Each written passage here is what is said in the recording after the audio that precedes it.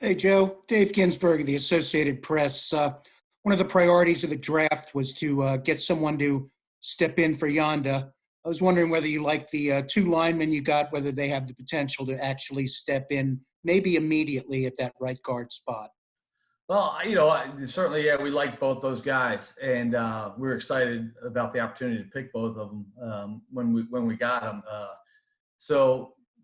In terms of stepping in for Yonda, I think it's going to be a competition. We got guys that are already here on board. Ben's coming back. Patrick obviously played center for us. Matt's recovering. He's recovering well. So we got a lot of guys that are in the building that are going to compete with them. But I certainly think they have the ability and the talent to be right in the mix and competing for that job.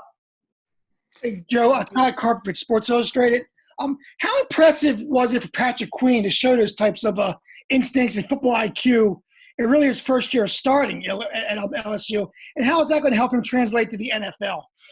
Well, I think to me it was impressive just to see a guy who, again, like we said, is a one-year starter and has played in 12 games as a starter. Now, obviously, he started 4 games last year, but he's sat behind some really good players. And I tell you what, it's a testament to LSU. It's we joke we've never drafted one, and I've told the stories about getting grief all the time going in there, and we just love the program and love the men that they build down there and the football players and the football character. They do a great job. If I was, I got 4 boys and I'd let them play for Coach O and all the guys down there, Jack and Tommy, that helped really develop those guys. And so I think with Patrick, you knew you were getting a great kid. And then when you watched the film and you saw the instincts and the speed and athleticism, you're like, wow, he's a 20-year-old kid who's showing this right now.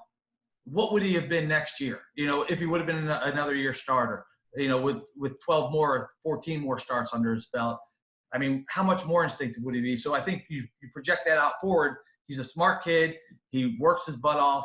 He loves the game, and he's a great character kid. So you say to yourself, man, just as this guy gets experience in the NFL, he's just going to get better and better. So, we really think he's got a high ceiling and also a high floor. So fired up to see what comes of him. But yeah, to me, it's impressive. This is Jameson from ESPN. You talked about JK being kind of a steal there at the second round. When did you kind of feel through that draft that he might, actually fall to you during that process? I mean, do you remember kind of going through that stage in that second round and kind of getting the feeling of if he could fall to you? Never really felt like he would fall to us until 54 got turned in. But I just never expected him to be there in the sense of him. Now, that being said, in our room, there were a lot of backs and there were a lot of different orders. So everyone's order was different. But yeah, no, we thought that he'd be gone. We didn't think he'd be there. And that's why we're so excited to get him. But as the back started coming off the board, I'd say when Akers got drafted, it's like, wow, I think we're going to get that. Dobbins has a legit shot to be there. And then obviously Philly took Hurts and Epinesa went. So then we knew. But definitely didn't go into the draft thinking that J.K. Dobbins would be our pick at 55. I didn't personally. I thought he was a better player that wouldn't be there when we were picking. Hey, Joe, Kirk McHugh 98 Rock. That was beautiful, by the way. Can you compare across drafts? Can you, in other words, Dalen Mack against Madubuike or Washington, can you look at what you got a year before and sort of compare the guy that you're getting this year? Yeah, I think they're different types of players. Dalen is your true nose tackle, and we drafted him as such, knowing that he was a 0-1 technique, maybe give you some reps as a 3. Where I think these Justin and Broderick are now they can play nose too, and they do play nose, but they're probably more your athletic 3 techniques. And as you saw in the film, especially in Broderick's case, he played a lot of 5 last year. So probably different types of guys in terms of positions that you evaluate them for. In terms of ability, they are what they are in the sense of where they're taken. Obviously, we took them. We saw Justin as a 3rd rounder and Dalen as a 5th and Broderick as a 5th. But that's where we got him, I should say. That's but we're excited to get all three of them. And I think what you're going to have is three young guys that are going to push each other. And I think you create competition by having three talented players all in the same room fighting for the same same playing time. So excited to see what comes of it. And I'm really hoping that all of them answer the challenge and step up and make each other's game better. Hey, Joe, Pete Gilbert here with WBAL. Obviously, everyone that's going to get drafted has, physical abilities that are exceptional. It sounded like, in listening to you, so much of it was the discipline to properly use them. Is that, when you guys are looking at players, is that kind of one of the first things that seemed to be a theme? Yeah. I think when you look at guys, it's you got to look at a guy, how you evaluate a guy. And that's, I think, the great thing about our staffs being together for so long, our coaching and scouting staffs being together, kind of we're in sync. We look at a player and evaluate him for our team and how he fits our team. And then we bring the coaches in and they validate it, or they say, we'll get into discussions like, I don't know if he's a fit, but we try to every grade we put on a guy, this is what we think he is. And then certainly when you look at the players, you want to see disciplined players. You want to see, especially defensive players, offensively too, but our scheme is such a defined scheme in the sense of being disciplined, maintaining your gap integrity, playing together, and then as a result, playing as one. So when you find guys on film that say, that do the right thing over and over and over, and understand gap integrity and understand technique, you get excited about them. Hey, Joe, it's Mark Viviano. Thanks for those breakdowns. That was really cool to watch. Back to Queen, and you mentioned how you kind of have to, more than an experienced college player, project his growth. What's an honest risk assessment in doing that, especially for such a high pick? And I'm trying to remember, and you'll remember ahead of me on this, what other guys have you picked so high with such little starting experience, and if you can recall how that worked out? Geez, I'd have to actually have a list in front of me. In terms of the projection, I think what you're projecting, Viv, is how much better he's going to be.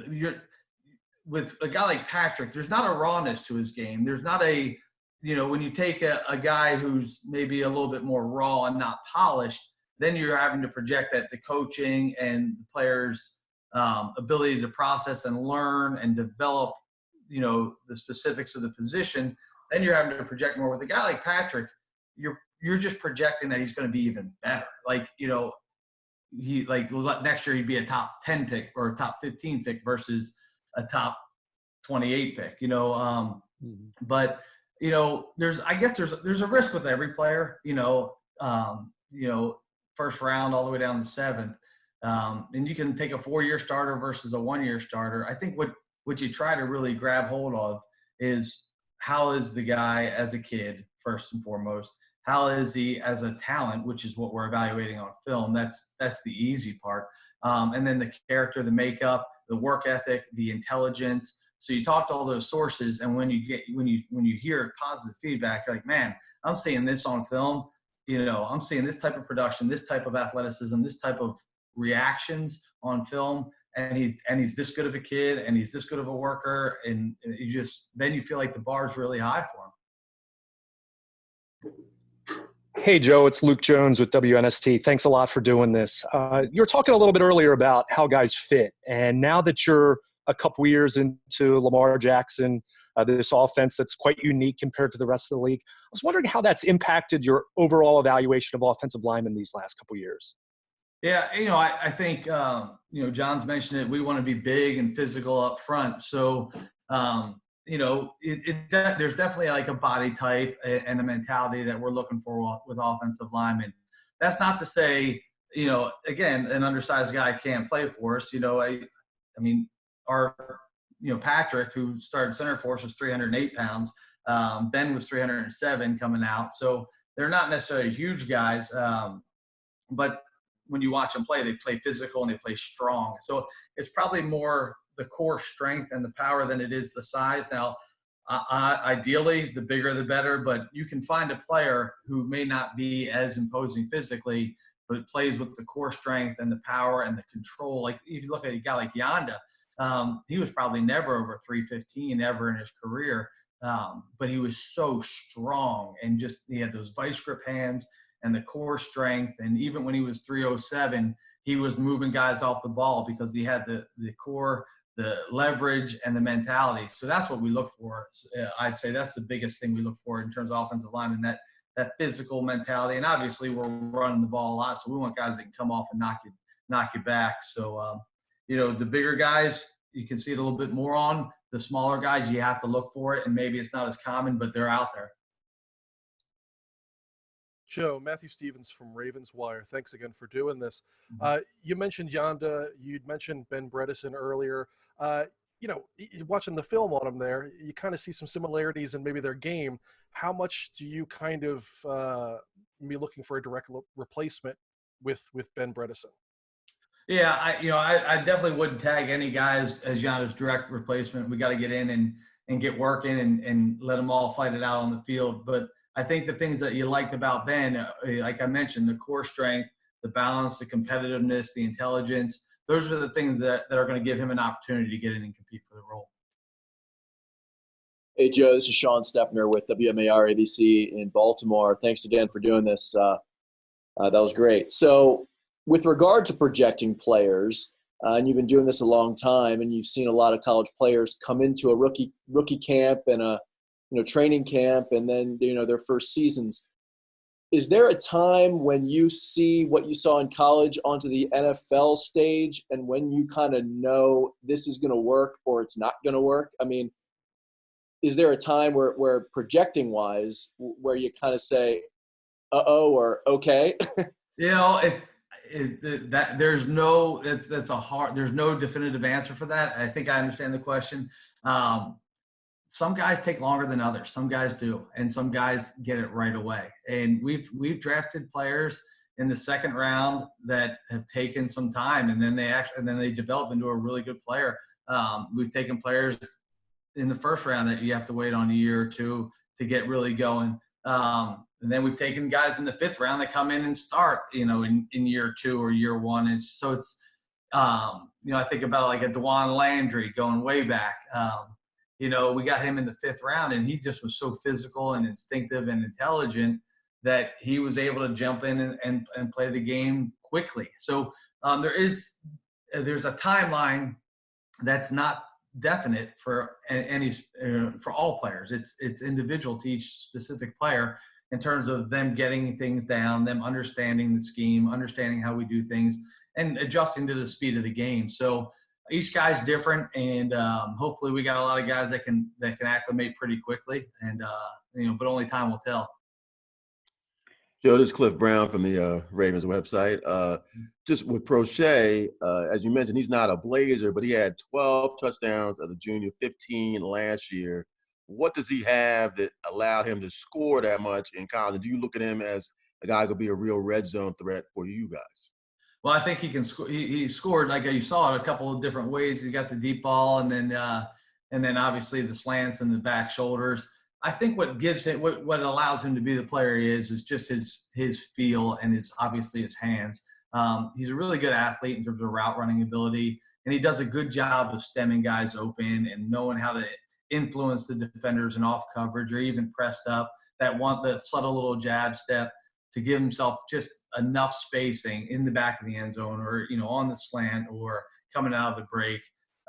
He just knows how to work himself open. And I think that's what he did at SMU, and I think that's one of the traits that he'll carry forward with him.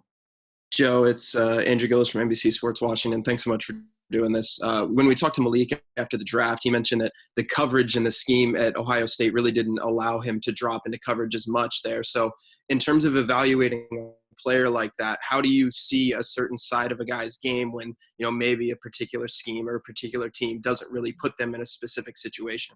Yeah, I think some of the all-star, just with Malik's case or really a lot of different guys, but sometimes you have to wait till you get to an all-star game to see him in more man-type settings. or deeper zone drops. With him, you saw enough of it. You did. It's true. They had him walk up, check the back, and he would release out with the back. So you saw the speed and the length for him to be able to run with backs and tight ends vertical. But in terms of the man-to-man aspects, you got to kind of wait on all-star games a little bit to see how they do down there in Mobile or at the East-West.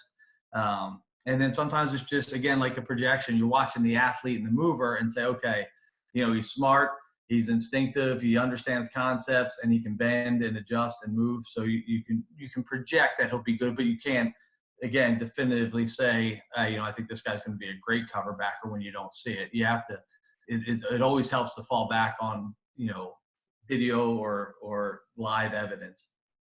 Hey Joe, this is Jonas Shea from the Baltimore Sun. Really appreciate you guys doing this.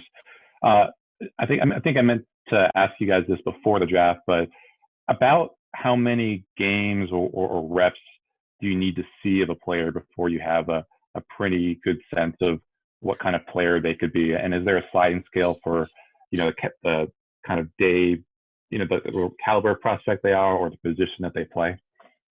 In terms of reps, it depends. Sometimes it depends on the position. Sometimes it depends on the opponent, who they're facing. If you're watching a guy from a small school and you're watching him just dominate, you say, okay, that's good, but I'd like to see him against better competition. So then you got to wait till the guy gets invited to the Senior Bowl, hopefully, and goes against some better comp. And then, again, the position, you may watch a safety or a corner and just be like, man, I've watched 2 games and I don't know what this guy is because he's just not getting any action. All he's doing, he's running with the guy and he's covering, but he's not getting enough action. You can see more of a tackler. Same with wideouts. You can see a guy getting open, but the ball's not getting thrown to him. So you gotta hunt and peck for those exposures. But then there's some players where you'll watch a guy and it really doesn't matter the round. You'll say, and I think it comes from years, experience as scouts, and evaluators that, this guy this guy's a backup, this guy's a starter. I see this guy being a good, tough, physical offensive lineman. I see this guy's an athletic, talented playmaking wideout. It's just, it's what he's putting on film. And then just you kind of can put it in your memory banks and go back. This guy reminds me of a certain player. And then he went in the 3rd round and this is what he became. And, so it's a little bit of matching guys up based on the history, but it's also, just doing the film. And you can watch some players and know really right away. Watch, Saquon Barkley didn't take long, he didn't take long at all, but I watched probably 7 games on him, but I probably knew what he was after halfway through the first game, but it was just so much fun to watch, Some guys you just keep watching for fun. Other guys you keep watching to find the answer. Hey, Joe, this is Aaron Kasnes from Penn Live. Really appreciate you guys taking the time today. I thought it was super interesting when you showed the film of Patrick intercepting that pass against Alabama, and you mentioned that it was right before the half. How do you balance guys who sort of just have a knack for making plays against all the intricacies of scouting? And that play in particular, did that change your perception? Because we did see that film of Patrick almost getting the ball that Duvernay caught. Did that change your perception of him as a cover linebacker? I would say it changed the perception of him. I think when I watched that, the first time I saw that play was live. I was watching the game live on TV. I'm like, wow, that's a heck of a play. And then they showed it, I think, from like 2 or 3 different angles. And it's like, wow, that's just a really good job reading it.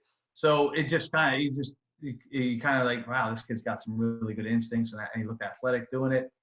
And then when you watch the film and you see him moving around and the athleticism on display, you say to yourself, all right, maybe they don't put him in a lot of man situations, but again, like I showed you against Florida, he had that rep where he was right there, leveraged the back properly, and then again against Alabama when he made the PBU. So I think when you try to identify coverage backer, yeah, you got to get some exposures, but you got to keep looking for the opportunities because truthfully, a lot of backers in college aren't probably skilled enough to step up in the NFL level and be a quote unquote cover backer. And the ones that are drafted, you have a little bit more conviction on, but there's a lot of guys playing college ball that you definitely wouldn't ID as a cover backer. Hey, Joe, Mark Viviano again. Back to Prochet. He spoke yesterday with real passion about returning kicks. And I'm wondering, is that an easily scoutable skill from college level to pro? Is that a unique ability? And I ask that because I remember what was the last year, Marquise went back for a couple punts in the preseason, didn't work out so well. Hadn't seen him do it again. Is that talk about that skill and what that means for him and if it does translate in the NFL? Yeah, I'll say this. And by no means, I'm a capped athlete. Okay, my athletic career ended, when I walked across the graduation stage in high school. One of the hardest things to do is catch a punt. I think. I mean, that ball, especially if it turns over, even if it's not turning over. I mean, if it's tail dragging, it's drifting away from you. You got to project where it's going to go. Meanwhile, you got guys run down the field at you, and then if that thing turns over, I think it's like a missile BB coming down at you. Like, it's one of the hardest things I've ever tried to do personally. And I've never stepped in the batter's box for some 98-mile fastball, but man alive, it's hard. So it's a unique skill set, and it's something he's really good at. And I think when you evaluate returners, a scout, and then we have Chris look at him as well. Chris Horton, our special teams coach, and Jerry did it for the years prior. You really just try to see how he really tracks the ball and gets under it. You got to catch it first, right? So you see how he tracks the ball, how he gets under it. Does he catch it square? Is he catching it away from his body? On short kicks or long kicks, is he able to get to the spot, get under it, and square up and make the play? And then obviously what he does afterwards. Some guys have that explosive electric speed where if they catch it, they're an instant threat to score. Other guys show the vision, the strength, the balance, and that's probably more like James. He's a really instinctive, got really good vision. Again, he catches it really secure, but then he gets upfield quick. Like, he doesn't waste time trying to go east and west and make guys. He gets upfield and he's got that vision and balance where he can make guys miss along the way and get positive yards. So I think that's, the first thing you're looking for, though, when you're looking at the returners, is he catching it easy and is he catching it clean? Because if they can't do that, it's really hard to say the guy's going to be a returner for you. Yeah. Hey, Joe, Pete Gilbert here again. Are there some things that, I'm watching when you go through Duvernay and Prochet in terms of the way they played. Obviously, their hands were incredible. They play physical. They play tough. And they, as you said, we didn't see blocking, but they're happy to get involved with that. But I'm imagining you thought a lot of those same things over, with Demetrius Williams, Marcus Smith, David Reed, guys over the years. What did you learn from them that you now, when you're looking at wide receivers, to say, okay, as you fine tune that, who is going to work and who isn't? Obviously, there's just a level of you can't predict the future, and sometimes it doesn't matter. Right. I'll say this: like, both those guys certainly had some talents that you liked and some ability. Those guys you'd mentioned. Then going like David actually caught the ball really well, and he was tough as could be. He got bit by the injury bug a little bit after we drafted him. But the first thing you look for, and I think we've learned it over the years, is you got to catch the ball, and you got to have good hands, and you got to be able to catch the ball. And then the other thing is the feel and the awareness. I think the one thing for wide receivers that's probably the biggest challenge is the mental aspect of the game, because again, you're getting a lot more coverages thrown at you, a lot more defensive concepts, and it's happening much faster. So they got to be able to process that fast, and we feel that those two guys can do that, and we feel like that's what makes them really good football players. And I've mentioned it a couple times talking about them, like just their feel for the game and their ability to react quick and break things off, and settle in the right spot or bend the route the right depth. They just, as all the parts are moving, they're able to adjust their game, and I think that's critical for Wild to have success, because if you're thinking about that, you're not thinking about catching the ball. And I think that might be one of the things that gets talented wideouts, kids with talent who do catch the ball pretty well, but then as the game gets too fast for them, they're thinking about everything else and they're forgetting the most important thing which is catching the football. Joe, this has been awesome. I just want to say thanks, man. I learned so much today. Appreciate it. Oh, man, no problem. I enjoyed doing it. Joe, this is Jameson again. After drafting, I think, your third Big Ten player in the first 4 rounds, John mentioned about how he has talked to Jim, and Jim kind of gives him some input on there. I know you get so many voices and you have scouts and you talk to a lot of people. how much of an asset is it to have a head coach's brother at one of these major programs? Oh, it's definitely an asset. And I think it's not just, his brother certainly, but just all the relationships that come because of it. Our relationship with Michigan is basically John's relationship with Jim is basically my relationship with Jim. And then my relationship with Jay and everyone else on that staff and our area scouts. Like there's a connection, obviously, where, they know what the Ravens are. They're completely, and we've done a lot of, clinicking with their staff. So they know what we're about and we know what they're about. But then, if you just look at it forget the Michigan perspective, like you said, multiple Big Ten players, which by the way is hard for an SEC guy. But we did it, and I was happy to do it. But they have a feel for the rest of the league and the conference, and so you get their opinions. Hey, this guy. One thing I thought is he plays like a Raven. So it's good, and those relationships exist beyond just us in Michigan. They're probably not as well documented, but a lot of coaches on our staff have a lot of good relationships throughout the college ranks as well as our scouts. So I think that's one of the critical things for us, and one of the things that we really pride ourselves on and push is developing relationships out in the college ranks. And our scouts do a phenomenal job about throughout the year, spending time getting to know staffs and talking to them, and they get to know what we're about. And so I think when you have that relationship developed, you're able to walk in and they, close trusted source and like this guy's your type of guy, walking in the door before you even put the film on, or you watch the film and you say, God, I love him, and like I knew you would, man, he's your type of guy. So they know what we're about, and it's great, and we push our guys all the time. Our scouts keep building those relationships because it's critical. All right, guys, we have time for one more. This is the last one. We've got to let Joe go after this. Can it be me, Chad? Sure. Hey, Joe, this is Jonas from the Sun. Actually talked to Dave Aranda yesterday, and he mentioned first that that Patrick Queen was probably LSU's most improved player over the course of the season. And when I asked him what kind of defense or play style would be best for Queen, he said a defense just like the Ravens. I guess could you comment on both of those? Did his development surprise you in any way over the course of the season, going from not a starter to defensive MVP? And I guess the similarities schematically between what LSU's defense asked him to do and what the Ravens might ask him to do.